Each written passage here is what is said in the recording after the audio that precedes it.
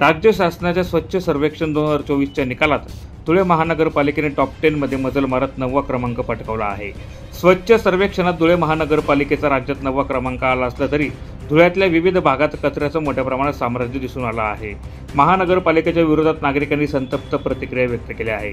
शहरात विविध भागात कचरा पडलेला असताना स्वच्छ सर्वेक्षणात महानगरपालिकेचा राज्यात 9वा क्रमांक कसा असा प्रश्न देखील नागरिकांनी उपस्थित केला आहे। गेल्या वर्षी स्वच्छ सर्वेक्षणासाठी राष्ट्रीय व राज्य स्तरावरील पथकाने धुळ्यातल्या विविध भागात जाऊन पाहणी केली होती।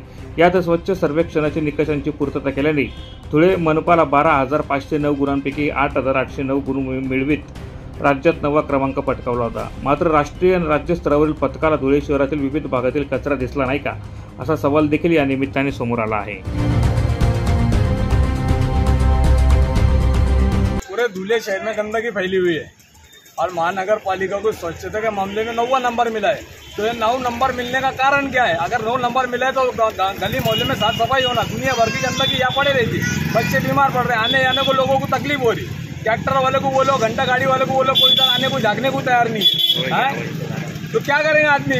और वहाँ तकरार करने आओ तो कोई सुनने को तैयार नहीं हम लोग का। अब 9 नंबर मिला है तो 9 नंबर मिला तो ऐसा काम कर बताओ तुम, काम तो हो नहीं रहा है। बच्चे बीमार गिर रहे हैं, सब पूरी दुनिया भर की गंदगी पड़ी है, कोई उठाने वाला आता नहीं, सफाई कर्मचारी आता नहीं। आज सुबह कर्मचारी को बोला तो बोले आज आदमी नहीं, कल आएगा बोले। फिर 2-3 दिन रास्ता देखो फिर कोई नहीं आता। तो इसका कारण क्या है? किसके पास जाकर बोलना हमने? ये यहाँ का ही पूरे धुलिया शहर की बात है। पूरे धुलिया शहर के अंदर पूरे सब तरफ गंदगी पड़ी हुई है। तुम केर पट्टी वसूल करते, नल पट्टी वसूल करते, वो लेने के लिए बराबर आते।